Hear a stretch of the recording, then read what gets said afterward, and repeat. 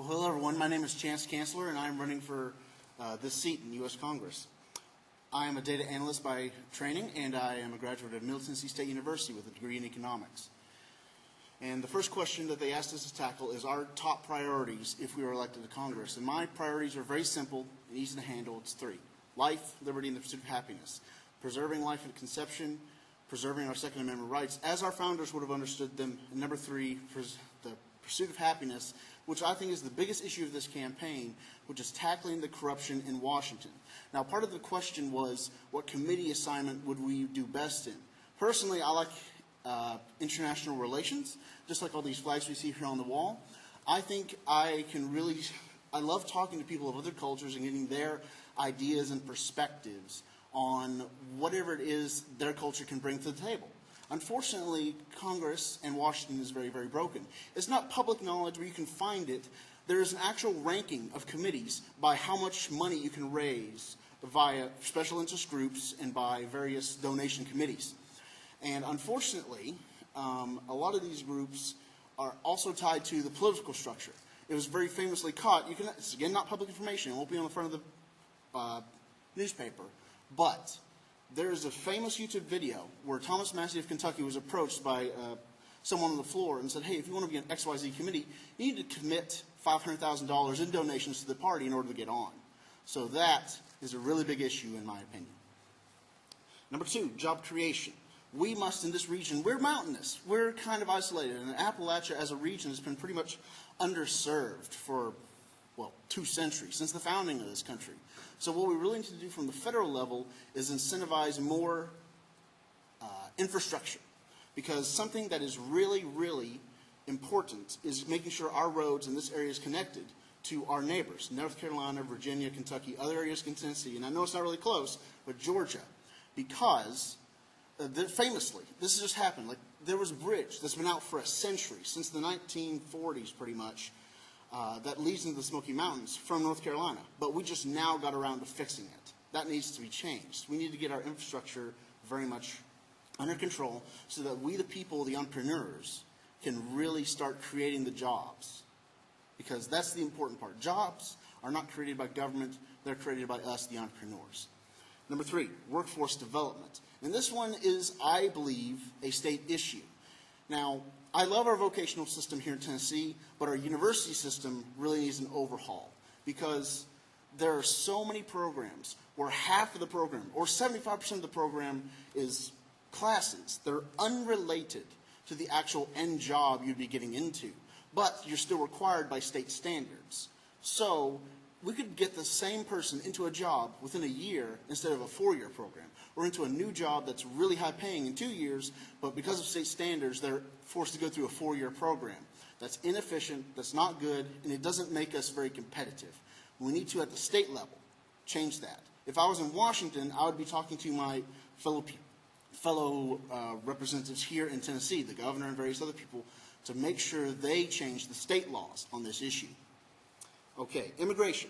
I believe in a merit-based immigration policy where the best people come into this country and where they are most likely to come here and contribute. That's what I love about it. But the thing is, there was a recent Supreme Court decision legalizing DACA. And since that came out, on Saturday, I was very unnerved to hear that President Trump has said, well, since they legalized me legislating from the executive office, I'm just going to legalize all of them. Well, I don't believe in blanket amnesty. And I'm just standing up here and saying that. I don't like that. But the only Republican I've seen standing against the president was Ted Cruz of Texas. So I'm standing up here as another Republican saying I don't like blanket amnesty. Number 5, healthcare. Healthcare is really important. And I would love to support the president on his already big initiative of making sure the prices hospitals and doctors are charging us are very publicly available, because right now the system is very opaque. You can't get them. If you ask the hospital, can you quote me for a procedure? For example, the most common medical procedure, which is birth, that's the most common procedure in a hospital in America, and you cannot easily get a quote for how much that can cost you. You cannot. So I love the president's plan of making sure all of that is public information out in the public so that we can choose which hospital, which doctor is the best for our needs. Let's see. substance abuse. The opioid epidemic is a very big thing. But again, this is where perverse incentives have come in. Unfortunately, since the 1970s, opioids have been really pushed by the pharmaceutical companies. And just like we did with big tobacco, I think it might be, and I believe in minimizing government as much as possible, but since we all believe this is an issue, it very might well be that we need to make sure the companies that make the opioid products have to pay for bigger, disclaimers on their advertising saying these products have addictive properties and they can be hazardous of your health if you're used for an extended period of time. And so that's what I would do on that issue from the federal level. Let's see. The proper balance between a business's right to operate versus their policy towards employees and customers. I believe that since a business is your baby, it's your vision of how to better serve your community. I've never met a single business owner, I'm sure you have several in the room, that they didn't want to serve their friends and neighbors better by doing this business, or they thought they could do it better than someone else that's already doing it.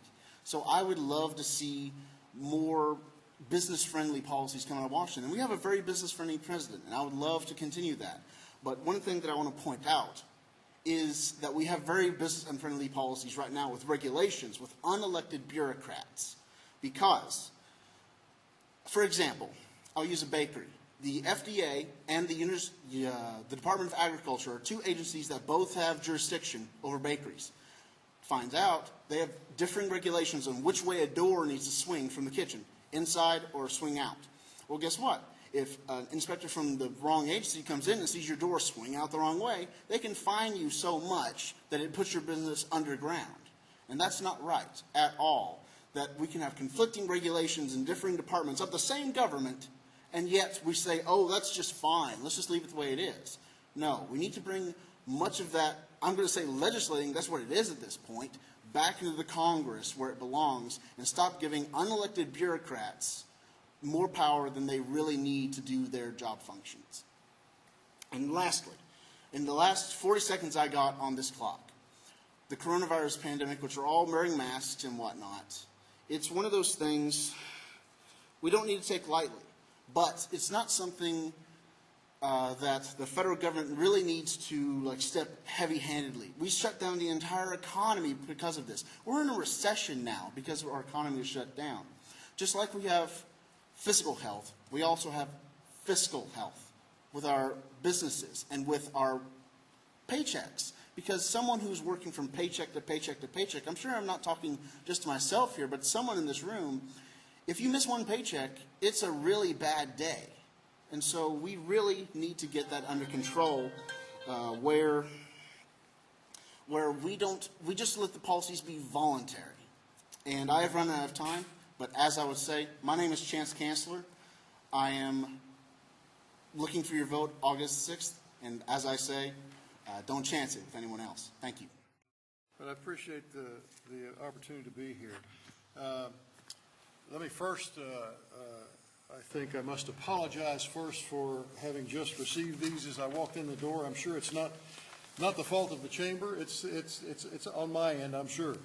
But these are all great questions, and I'll do my best to go over a few of them. And let me thank first the Tribune.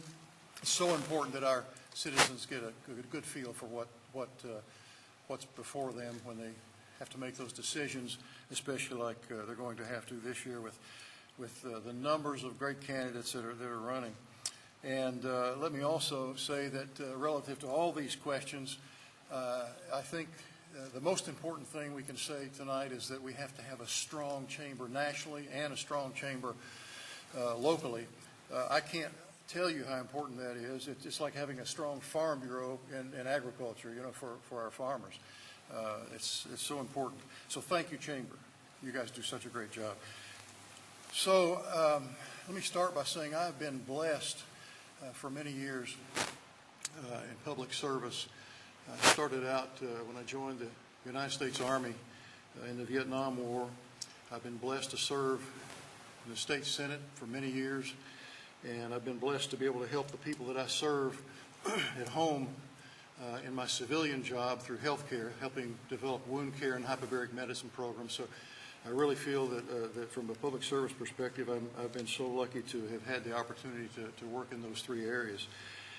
And I'll tell you how proud I am, and all of you are as well, I'm sure, about our great state. I've worked with governors from Ned McWhorter to Bill Lee to put Tennessee number one. We're the envy of the nation. You know, we're number one in fiscal management, best business climate, one of the lowest taxes as percentage of personal income. Think about that. No income tax. Marsha Blackburn and I did that. Rainy Day Fund is amazing. I started the Rainy Day Fund back with Senator Doug Henry, one of our great conservative Democrats in the Senate, Randy McNally and myself years ago. And then we've increased the amount that we put in that every year. AAA bond rated. We don't like to borrow money in Tennessee, but when we have to do it, we get it at a great rate because we've worked on that fiscal management. And we've balanced every budget by law, thank goodness, which is what they need to do in D.C. with a balanced budget amendment. As you all know, we've got to work on that. And our last two budgets were balanced with no new debt. First time in the history of our state. You know, and so we had to borrow some money this year because we had to fill a $1 billion budget hole, so we borrowed $150 million, but we got such a great rate because of that AAA bond rating. And the reason we've been able to do this is really the same reason that President Trump has been able to do what he's done without the help of Congress. We've concentrated on lower taxes, less government intrusion, less government regulation on business, which is a priority of the chamber, personal responsibility, faith, and family. And it works. It works. That's what I want to take to D.C. if I'm fortunate enough to be elected. You know, Washington, D.C. needs a darn good dose of Tennessee. I'll tell you that.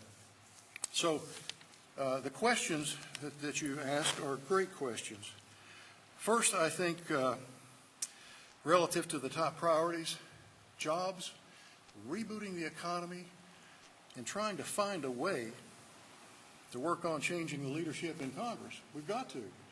Listen, if Bill Clinton can work with Newt Gingrich to pass a budget, and if Ron Reagan can work with Tip O'Neill to do what they did, it can be done. We've got some good conservative Doug Henry type Democrats, Jack Kennedy type Democrats in Congress, middle of the road people that would work with our side, but they're not going to with the leadership of Pelosi and the people that are in charge now. We've got to change it. Those three are the priorities, I think, at this point. Immigration issues. Gosh, you know, when some work so hard to do it the right way, it's not right for us to let some do it the wrong way. It's just not right. We can't do that.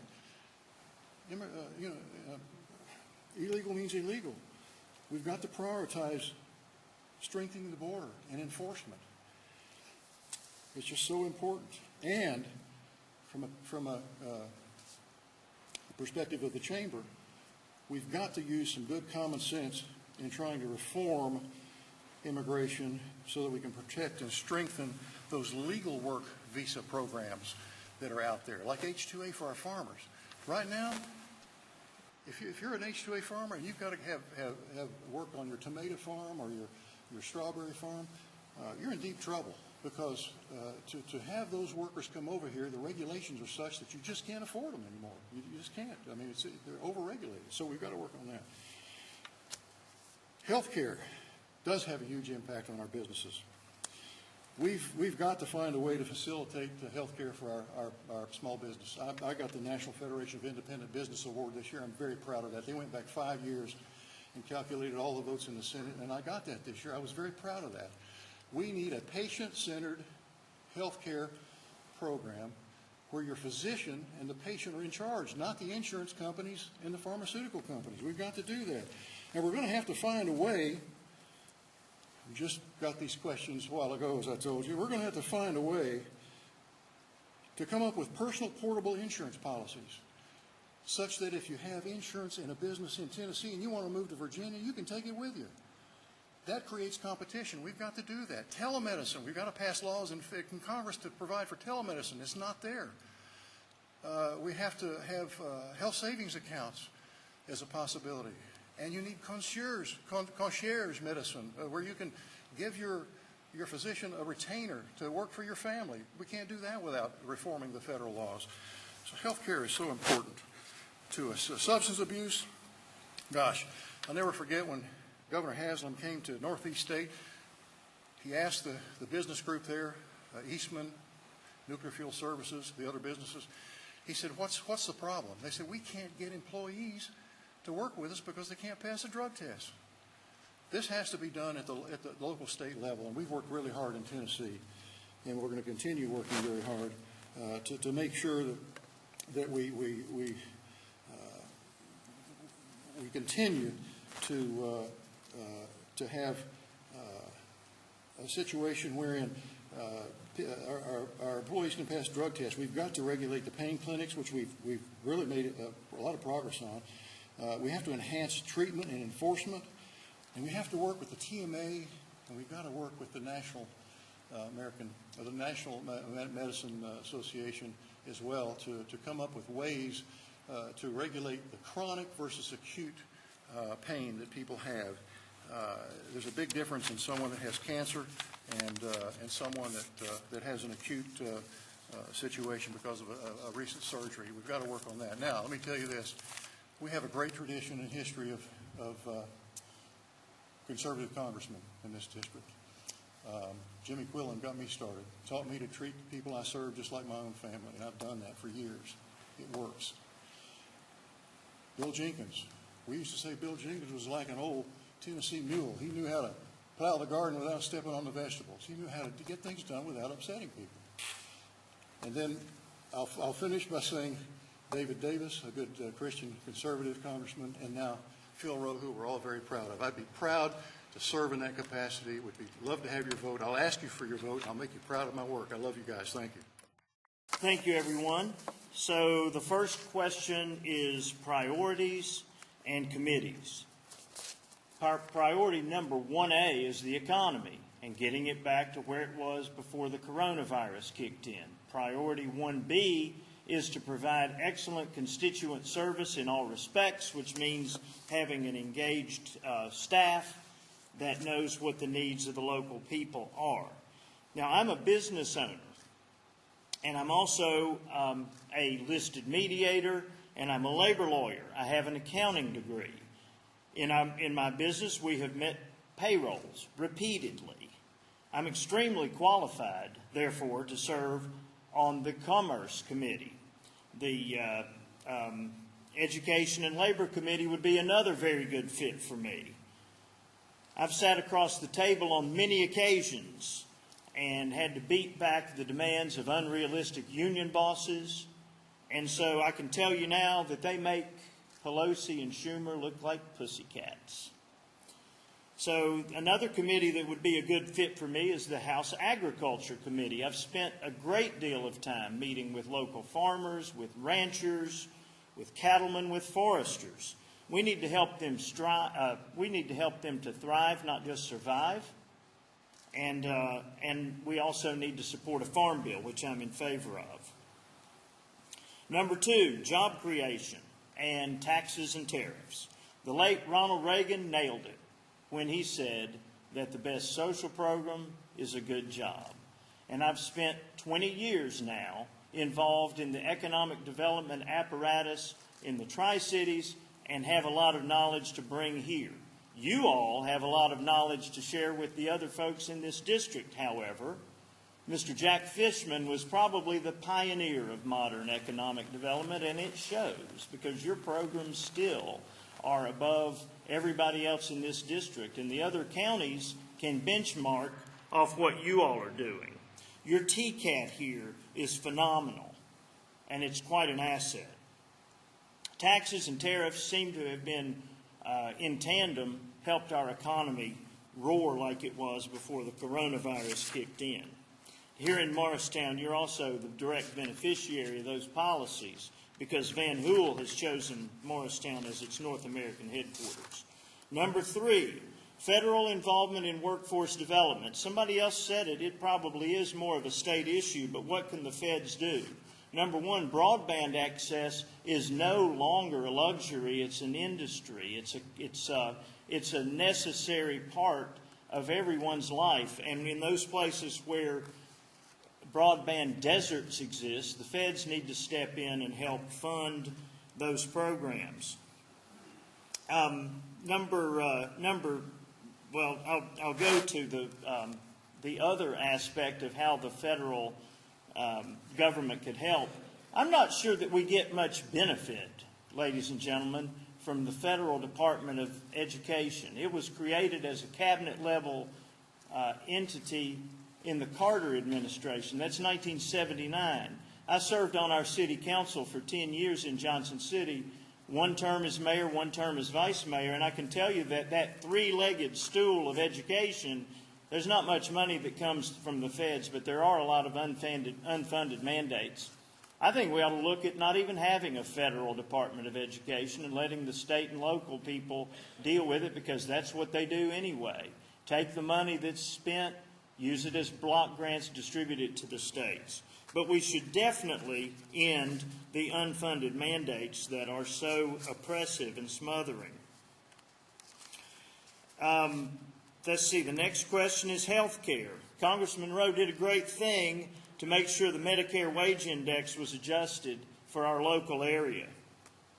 We have to have hospitals in counties like Hancock. We have to have hospitals here and a good health care system. It's time to separate the issues of health care access and ownership of a health insurance policy. The Affordable Care Act did nothing to address costs. And by mandating that people have a health insurance policy, I consider that to have been misguided. Substance abuse. East Tennessee State University has a substance abuse and addiction task force that I was asked to join about 2 years ago. I've learned a great deal. One thing I've learned is that progress is being made, and we're smart to rely on the experts for that. Second, we have to end the abuse of prescription medication. Providers have to be held accountable and pill mills eliminated. Drug courts are great. When someone has a drug violation that they have to answer to the criminal justice system for, it's an excellent idea to let them go through a program, be treated, and avoid incarceration in the process. What do I think about the balance between a business's right to operate as they see fit while maintaining a non-discriminatory policy? Well, you know, since 1964, the law of our land has said that if you are the best candidate for a job, you're supposed to get that job and not be denied it because of your race, your religion, your age, those sort of things. So employers certainly don't have the right to discriminate, but there is a ton of leeway in how employers operate their businesses. As a labor and employment lawyer, I'm probably head and shoulders above the rest of this field in terms of understanding what employers can and can't do. Businesses do have the right, if they so choose, to turn away business if a customer is asking them to provide goods or services that violate their religious beliefs. That's appropriate. Tennessee's a right-to-work state. That has to continue. Everyone should have the right to work without being forced to join a union and pay dues to it. Congress and congressional offices should also be subject to that. As far as immigration is concerned, there are a number of issues. You know, sometimes we use this phrase, illegal immigration, to talk about somebody who's crossed into our borders unlawfully. I think the proper word is trespasser, and we need to eliminate people who come in here illegally. But there are lots of programs that people don't really always separate. For example, the lottery program that allows people $50,000 a year to just come here because their names have been drawn from out of a hat. I don't support that. I think we need to introduce merit into who gets to come here. Chain migration, that program either has to be eliminated or greatly curtailed from its current status. What about DACA? Well, you know, I think President Trump is kind of cagey on that situation. I think what he's actually doing is trying to force Congress into acting because Congress has abdicated its role in dealing with DACA. I have here a letter that a group of business leaders wrote the president saying, don't eliminate DACA because these people are assets to our company. They're assets to our communities. I've had business roundtables with business leaders here in Hamlin County, in Sevier County, and elsewhere who feel the same way. The coronavirus, hey, you know, we had a vastly different scenario here in the 1st District of Tennessee than they had in other states. Those should be dealt with locally, not with a one-size-fits-all approach. With my remaining time, do I have any remaining time? I don't have any remaining time. But I would tell you that tomorrow at the Hamlin County Republican headquarters, I'm having a meet and greet at 5:30. If you want to go deeper on some of these issues or others we didn't have time to cover, please come. Thank you very much. I'm Steve Darden. I'm asking you for your vote. Thank you very much. And to our Morristown Chamber of Commerce, Hamlin County Chamber of Commerce, thank you. Walter State Community College, thank you. To our Morristown Citizen Tribune, thank you. As I walked into the room and see this room named after Forrest Chasen, Dr. Chasen is a dear friend of mine that I've known for a long time, and the Wade McCamey facility that we're in, this is like home to me. Dr. McCamey is a constituent of mine as I serve our state legislature for Greene County. And leading off, I'll be happy to lead into what the questions that have been posed of us, each of us as candidates. I'll kind of give you a snapshot of what the questions are. The first question mentions, as our representative of Congress, what will your top priorities be in the next 2 years? What do you believe to be your strengths, and on which committees would you feel most qualified to serve? The greatest strength that I have is I'm ready to go day one. I have 20 years of experience in business, a small business where I open the doors every morning, and wasn't quite sure what would walk in the door of my clothing store in Greenville, but thankfully enough people and enough customers walked in the store that we were successful for many years. Family business that I got to go and be with my dad every day. Tremendous opportunity for any family to do, and I was blessed to do that, serving customers. Fast forward a few years later, I decided to run for the state legislature. 2000, I lost my first race. 2002, I was fortunate to have won. I've served in the Tennessee legislature now for 18 years. So I've got a mix of 20 years of business experience where I woke up every morning and I ate what I killed that day in terms of harvesting, and then 18 years serving our state legislature as someone who listens to your needs of the community, needs of the state, and took qualified votes, educated votes on those particular issues. So day one, I am ready to go. I show up. I answer questions. I'm not afraid of anyone, anything, or any situation. In my 18 years of service in Nashville, I have seen just about anything. Situations that have occurred. There will be no surprises when I get to Washington, so I'll know what to do day one. I won't need the freshman orientation. The second question poses itself around job creation and bringing manufacturing jobs back to the U.S. Manufacturing in Morristown and Hamlin County is a huge issue, and we've seen jobs going out for the last 3 decades, really. First they went to Mexico, then they went to Taiwan, and now they're in China. We have to do everything we can to bring those jobs back to our country, back to Northeast Tennessee, back to East Tennessee, and back to Hamlin County and Morristown, frankly. We have the workforce. We have the opportunity to service those industries that need products here. In that point, we have always been a leader in the world in terms of taking care of our employees, taking care of our environment, taking care of our industries the way that we should. A lot of other countries don't do those same things, so it's cheaper to create product in those countries. We need to even the playing field on those issues as we go forward. I look forward to working with this Congress and the next president to make sure that that happens. I think that the plan that we've got, the tariff plan that President Trump has put out, I support that. I think that there's value to that. Again, to put us all on an equal playing field, I think that makes sense for our country. The third question that the Chamber would like us to address is workforce development. In Tennessee, we have been a leader in creating and improving opportunities for workforce development. I go back to some of the first issues I worked on in the state legislature, where we had the Hope Scholarship was created to give students an opportunity to go to colleges and universities.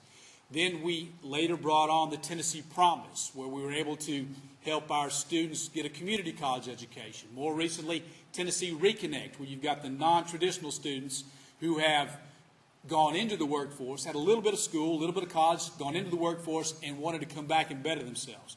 Tennessee Reconnect is a model that we could use at a federal level. And last, our GIVE Act, most recently, 2019. That has empowered our TCATs. Morristown TCAT does an amazing job. Our Center for Technology here in Morristown does an amazing job of matching employees with employer needs in our region. I want to further incentivize that from a federal level. We've got a great model that we've created in Tennessee. I want to use that model and go forward on a federal basis. The fourth question we've been asked to address is immigration issues in relating to our workforce. To talk about immigration, you must talk about illegal immigration. In my mind, illegal means illegal when you're dealing with immigration. There is a way to come into this country, to properly come in, to become a part of the workforce as an immigrant, whether it be in the agriculture field or whatever field of work it is. There is a way to come into this country legally, whether it be through an H-2A program agriculturally, a work visa, a student visa for all of our college students we have out there. There is a way to come into this country legally, and we need to make sure that that happens. Dealing with immigration issues. Many of the reasons we've got an immigration problem now is you've got businesses and employers who will readily hire folks here illegally. Those employers need to be held responsible for that. And there needs to be fines and there needs to be laws that pertain to them. We do have those. Those laws need to be enforced on those folks who hire illegal immigrants or illegal workers.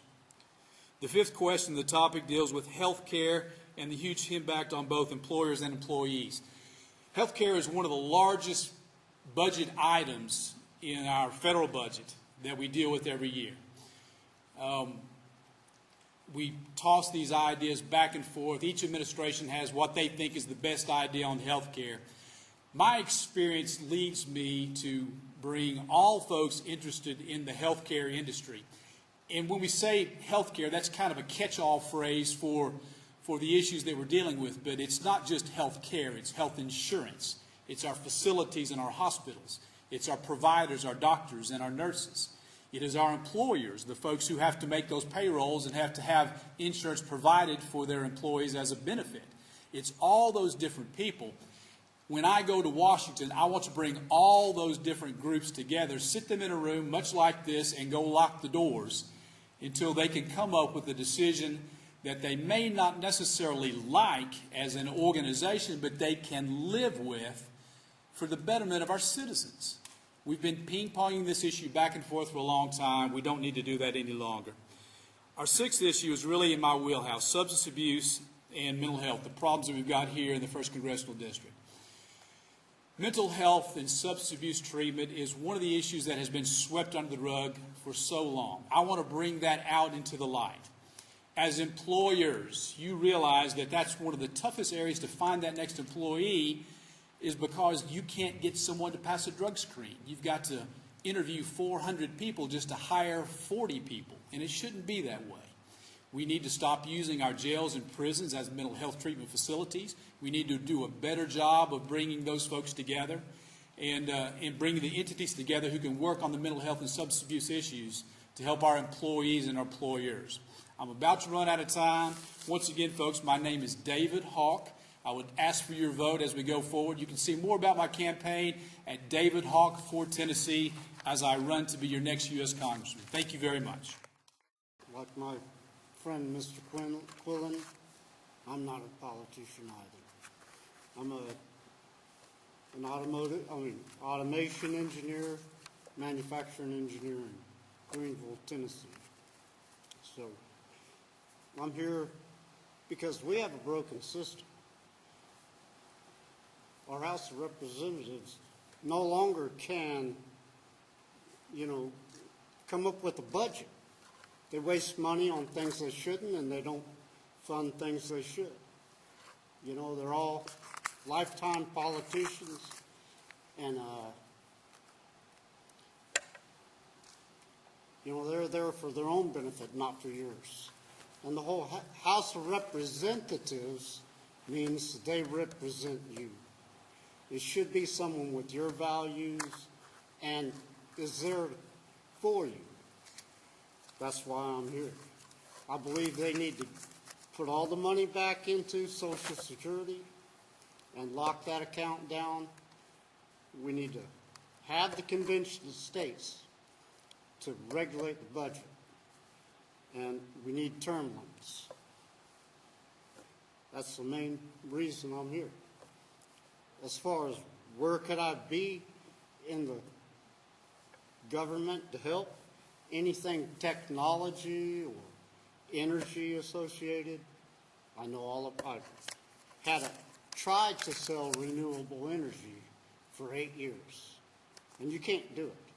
No one wants to buy something that their neighbor doesn't have, and they're not going to pay 30% more to never have to pay another bill again. It just doesn't sell.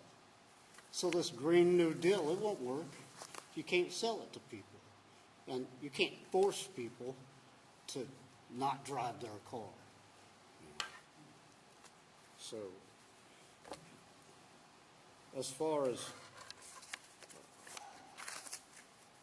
manufacturing is what I do. When I drive around these counties here, I see one after another facilities that are closed. The money from tariffs should be there to retrofit those facilities and get them back online. We need to bring there's every kind of manufacturing that's gone to China. We specialize here in making a perfect product every time and in a quick way. We can outproduce anyone on this earth. That's my profession. I automate lines. And that's not to take people out of the line. That's to ensure that those people put the right part in at the right time. I'm going to record every torque on every bolt. I know exactly what happened in that production. And we've doubled our production in the past 8 years, right here. So, as far as education goes hand in hand with that manufacturing. We've done away with tech school when not everyone needs to go to college. And now we have a whole generation of people that don't know which end of the screwdriver works, you know. There's a world of opportunity, and that's why Walter State is here, because they cover some of that for us, right? Or prepare you for a higher education if you need to have that stepping stone. On immigration, we need to lock down the border. We need to know who comes in and what comes in. We need to expand our work visa program, because most of these illegal immigrants, they come here and send the money back home, and then they go back home. It'd be much better for them to come in legally with a work visa, get the job, pay taxes, and get the benefits from that, and then they can return home. Same thing they're doing anyhow. Immigration is important. I mean, 3 sets of my great-grandparents immigrated to this country. And, 2 of them that escaped starvation in Ireland, and one, they escaped. My great-grandmother was a Masonic Jew. She escaped the Nazis from Germany. Miller was really Mueller. So,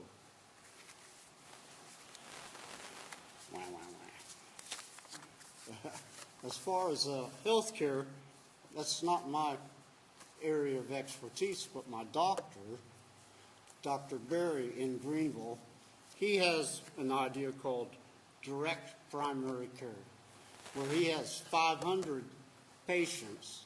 They all pay $30 to $70 a month, depending on their age and what their health condition.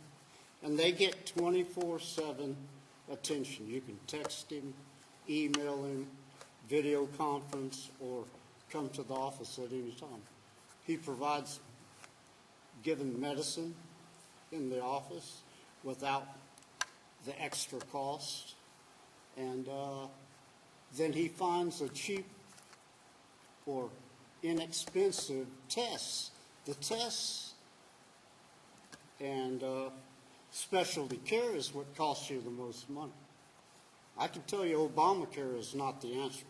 I'm a victim of Obamacare. I had a triple bypass 6 years ago. Obamacare paid $30,000 of a $180,000 bill and then canceled my insurance, left me with the remainder. So they saved my life in order to ruin me financially. You know, if that's what you want, I don't understand, you know, that whole mentality. The medical industry's ran rampant, and a lot of that is because of the cost of malpractice insurance, you know. They're protecting themselves. So, all right. As far as drug abuse, you know, that's a really hard question because for 7 years I ran a 12-step program. And people do drugs for one of two reasons. Either they're self-medicating because they haven't been diagnosed properly by a doctor for health care, or they have a giant hole in their life and they're trying to fill that any way they can. And that's the hardest person to help, because the only thing that's going to fill that hole is love, you know, and get them to love themselves.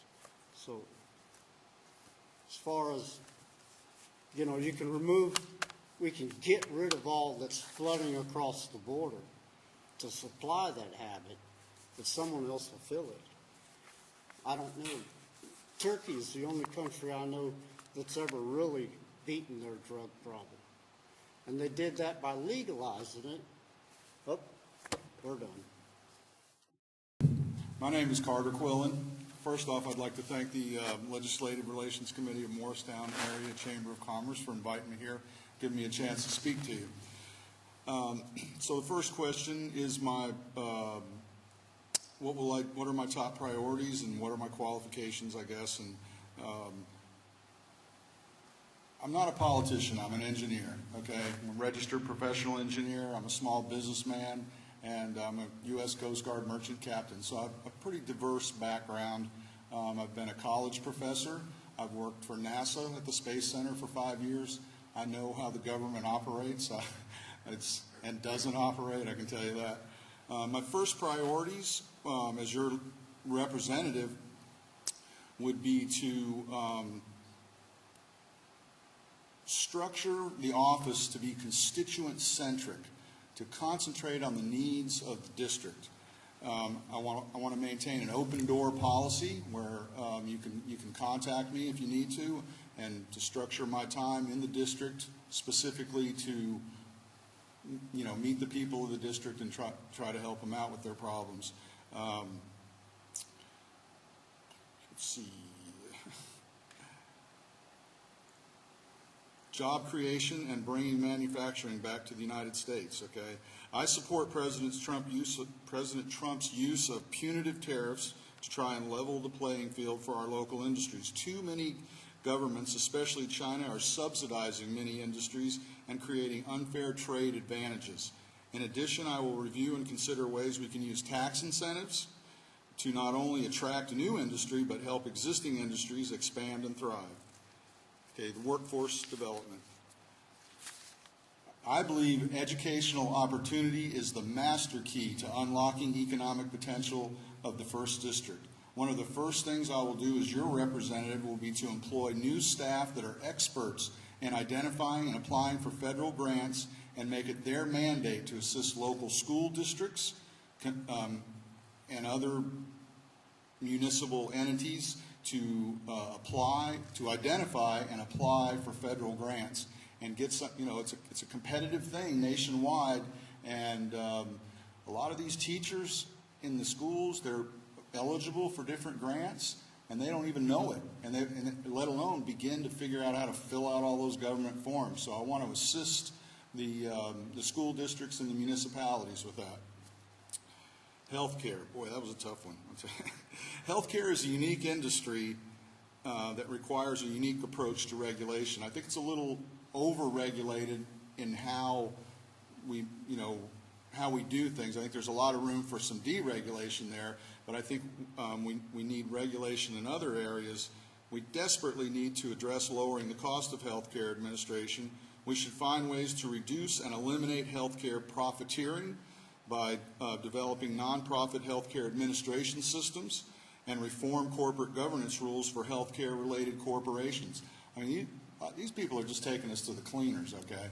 And one solution that I'm sure my Democratic colleague over here is proposing is government-run healthcare. I'm not an advocate for that, but I do believe that our healthcare administration, $1 in $3 of your healthcare dollars is used for administration. That's ridiculous. We have some of the highest healthcare costs in the world, and some of the lowest outcomes of industrialized nations. There's a lot of room for improvement, and I think it begins in lowering the cost by lowering the cost of healthcare administration. Substance abuse. Substance abuse is a system of a deeper-rooted problem in our society today, and a lot of money is wasted by the federal government treating the symptom rather than solving the problem. Despondency over lack of opportunity, the breakdown of the traditional family structure, and an overall lack of a spiritual center for many people are just some of the things that lead to substance abuse. I believe the most effective way to address the root problem is through faith-based programs that provide both psychological counseling and job training opportunities at the same time. And these are, private things that that doesn't have to be the government involved in it. They should be done at the community level. And we just need to care about people more. I mean, it's just problematic, I think, in our society today. What do you believe is the proper balance between business right to operate? Okay, this one's a tricky one too. When it comes to things like restaurants that serve food and retailers that provide packaged goods and services to the general public, there should be no exemptions for denial of services to anyone. However, when dealing with goods and services that involve an artistic component by the vendor in the delivery of that good or service, that vendor should have the religious freedom to decline the offering of his or her services to consumers who conduct themselves or behave in ways that are contrary to that vendor's religious belief system. Okay. The coronavirus pandemic. Oh, cow. As much authority as possible should be in the hands of the state and local governments, especially in matters that directly impact the citizenry. The federal government's responsibilities should be limited strictly to coordinating resources between the state and/or setting standards and priorities for the states to aspire to. But it should be up to the states.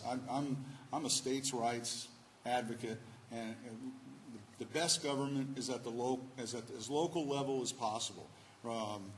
Local and regional is just the federal government's place.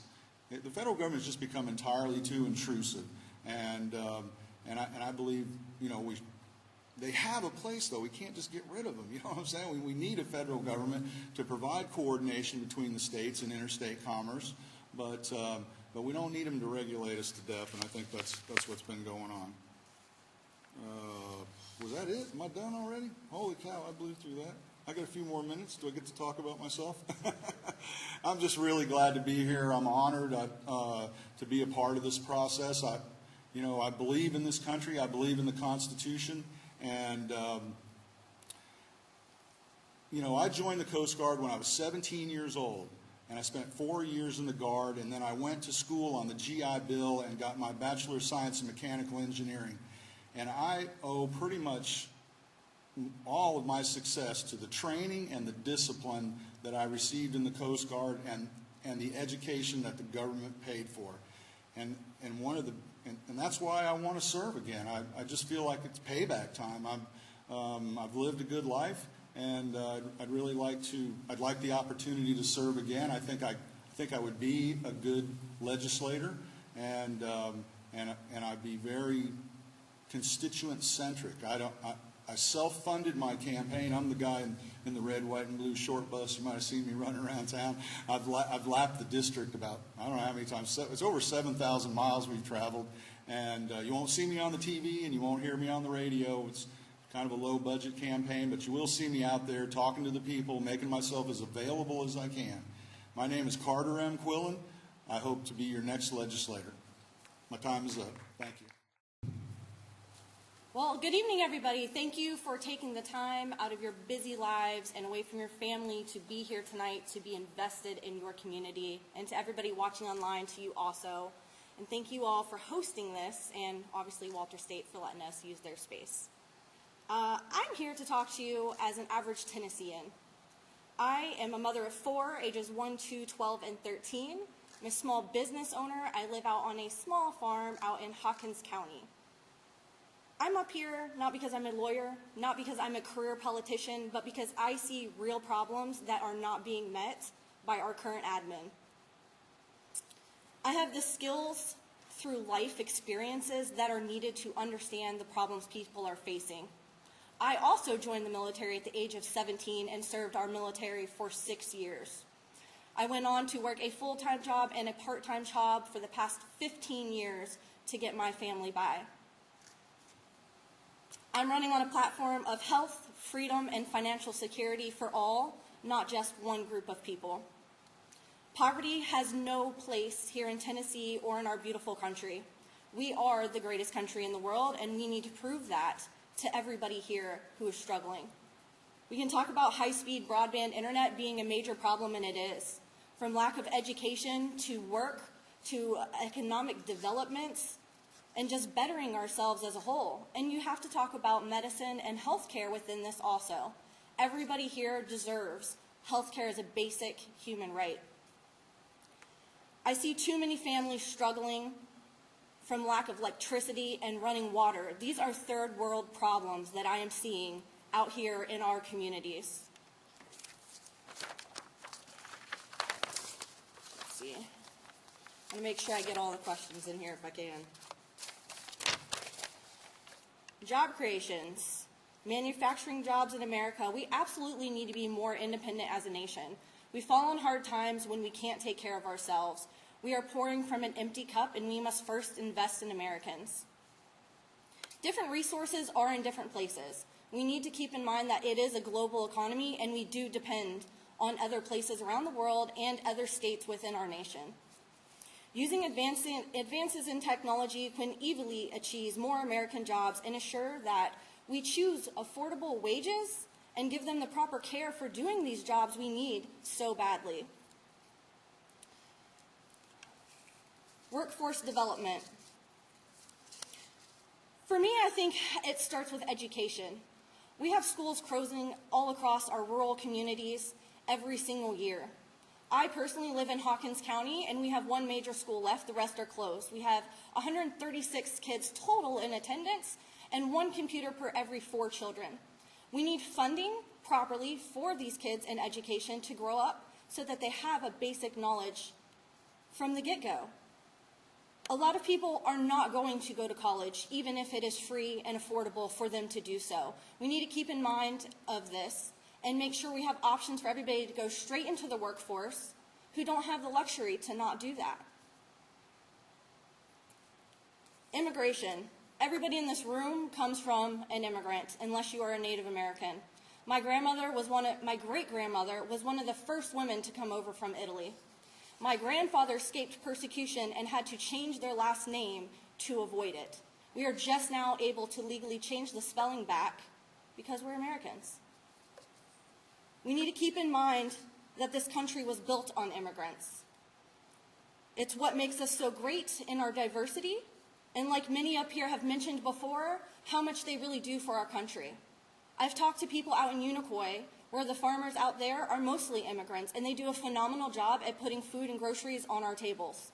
Other people are not always willing to do this work, and we should be extremely grateful and make a very clear path to citizenship that is obtainable.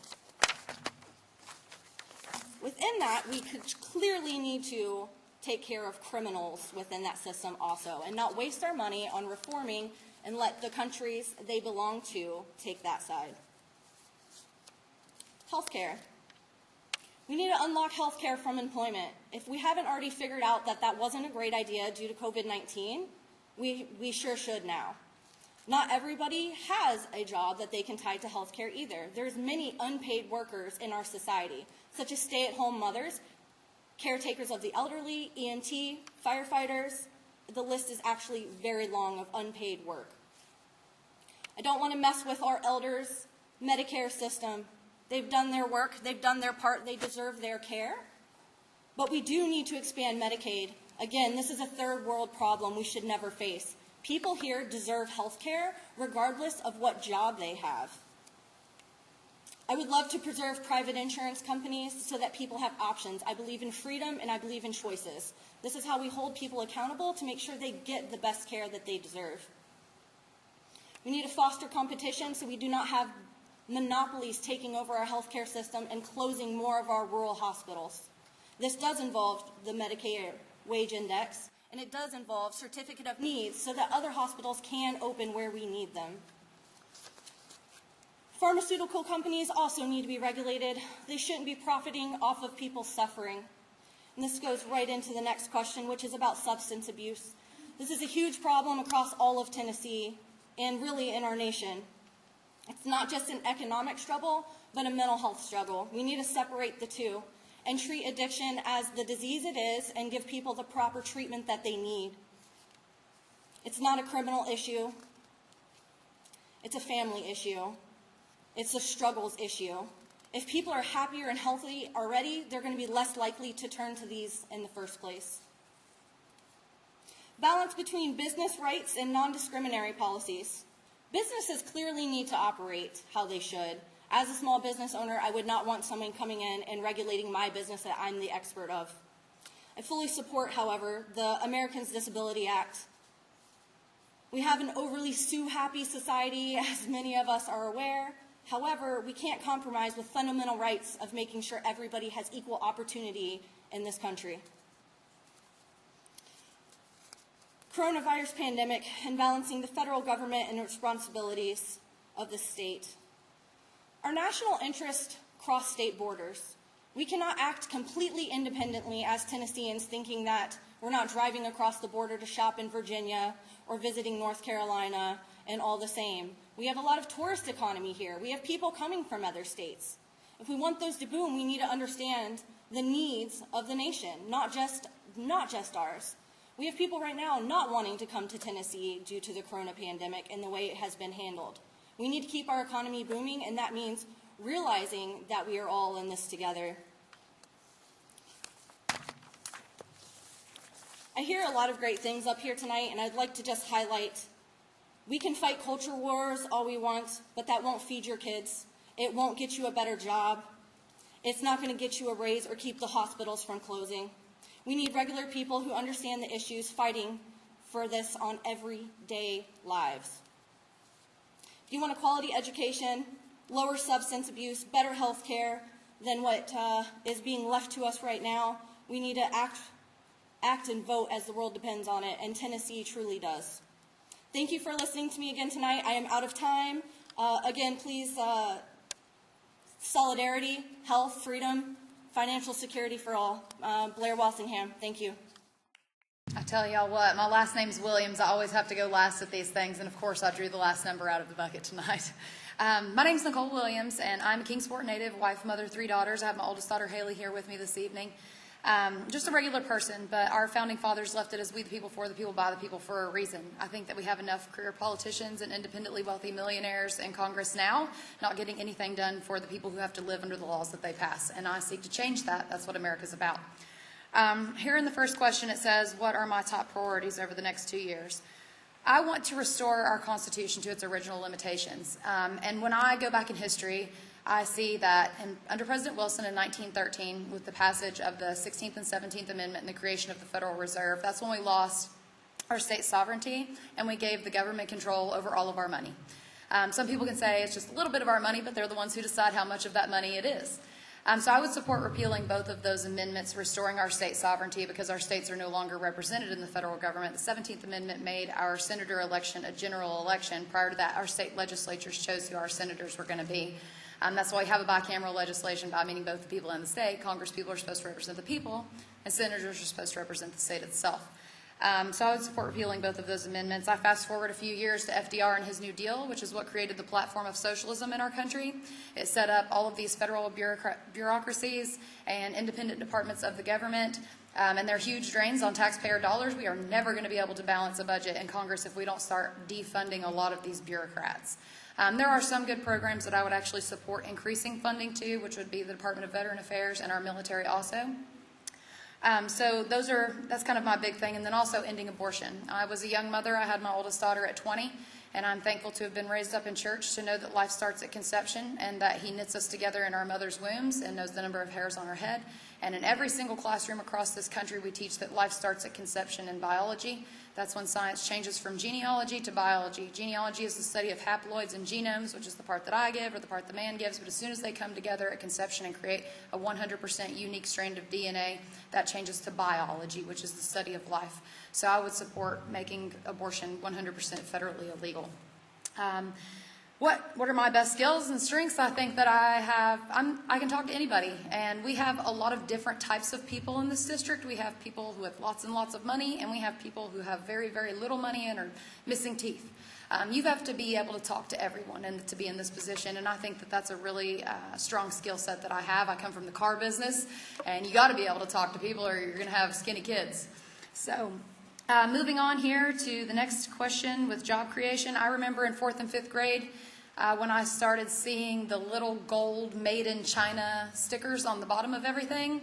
And, you know, I was just a little kid and didn't know what that meant at the time. And then growing up, I recognized that I've robbed my entire generation of well-paying jobs, which I think is actually a big portion of the opioid epidemic because we don't have anything to aim for. We don't have goals. You know, we grow up here in our district, which is a very poor district overall, and there's no good jobs to grow up to. So you look for other things to do and to fill that with. And so I would definitely, I support President Trump's initiative to bring jobs back to our country. I would love to see that, but that's not the biggest issue that faces us here in the 1st District. It's actually automation. Over the next 7 to 10 years, we're not going to have regular jobs anymore. We're not going to have fast food jobs, cashier jobs. They're all just going to be machines. And so I think that we have to look at buffer industries that we don't have here currently, that we could bring here that would not only help grow our workforce and increase our population because we have a dying population in Northeast Tennessee, but would also soften the blow to what automation is going to do to our workforce over the next decade. To the next question here, securing our borders. I actually disagree with the merit-based system. America is supposed to be a beacon of hope and freedom to the rest of the world. That's what it says on the bottom of the Statue of Liberty, to bring us your heavy laden, your burdened, so that you can come here and be free. We didn't even have immigration laws until the Chinese heroin dens and stuff started popping up in California. And so what I would support doing, we're never going to have any immigration system that works if we don't secure our borders. So we have to secure our borders. But if we can have some type of a vetting system where we can say, hey, you're not a rapist, a murderer, or a terrorist, please come here. But you have to sign a waiver saying you're not eligible for taxpayer programs. You have to learn the English language. You have to keep a job. You have to follow the law. And you have to pay an extra tax towards our national debt for 10 years to prove your love for our country. If you can do those things, I think that you should be allowed a path to citizenship. If you can't do those things, you got to go home. The next one is healthcare. I think an interstate pricing transparency, income-based, privately owned is the best way to go. I want to repeal Obamacare. The government they shouldn't be anywhere near our health care. If they were near our health care, they would start mandating exercise and prepackaged meal deliveries to our door. I mean, as soon as they passed that, you had Michelle Obama going in and changing everybody's lunch meals and taking all the soda machines out, and that's just un-American. We should be able to do whatever we want because we're free. So I would definitely support a privatized insurance system that has interstate commerce and pricing transparency. Substance abuse. I lost my best friend on December 12th in 2015 to opioid addiction. It was not the pills that killed her. It was the fact that her mother forced her to have an abortion when she was 17 years old, and she never got over that. And like this gentleman back here said, it's a problem of an emptiness in the heart. It is not necessarily the pills that are killing people. It's the fact that they are so unhappy with themselves or choices that have been made or have been made for them that they are unable to live normally. So I think that faith-based addiction programs have the highest rate of success. And I think that, especially here in Northeast Tennessee and the Bible Belt, that the churches need to be doing more to help addicts. I don't think the churches are doing enough, if anything. So I think that that would really help us in this area. The next one is the non-discriminatory policy towards employees and customers. That was taken care of during the Civil Rights Act, so I'm not really sure what exactly that means. Anybody who's discriminating against people based on, things that are protected in our amendments and our Constitution should be rightfully prosecuted. Everybody's free to be and do and think and feel however they want here in America. That's what America is about. And we shouldn't be regulating and chastising people who think differently than us or live different types of lifestyles, alternative lifestyles. That's their right to do who they are, and we can't force our beliefs and opinions on them. So I think that everybody should have the right to be who they are. The coronavirus, not a big fan. It seems to me to just be like a big propaganda, politically motivated conspiracy theory. Call me crazy, but you can't fight something that you can't see, and we have no idea when this virus got here. It could have been here all along, and we just developed a test for it. You have all these hospitals across the country using different things to justify their corona deaths so they can get more federal funding, like the flu, and you get a bullet shot and you died from the coronavirus. And these are things that have happened across our country, and I think that the media is probably the biggest problem that we have here, between President Trump telling us it's fake news and the fake news actually being fake news. I think that we have to do something to hold the media accountable so that they can stop inciting fear and creating race wars and everything else that they've been doing. So I would support introducing a accountable media amendment, because I guarantee if we start poking around at their freedom of the press, they'll probably straighten up. Almost out of time, but it is the 100-year anniversary of women's suffrage, and we have never had a female congresswoman before. I think it's our turn. Again, my name is Nicole Williams. I hope you'll keep me in mind when you go to vote August 6th. Thank you.